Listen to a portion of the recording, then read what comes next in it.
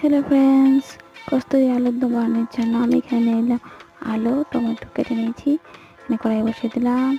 কড়াইয়ের মধ্যে দিয়ে দিলাম তেল, তারপরে একটা শুকনো লঙ্কা ছেড়ে দিলাম, তারপরে দিয়ে দিলাম আদা বাটা, তারপরে দিয়ে দেবো কালো জিরে, তারপরে দিয়ে দেবো গোটা জিরে, দিয়ে টমেটো আলুগুলো কেটে রেখে সেগুলো ছেড়ে দেবো।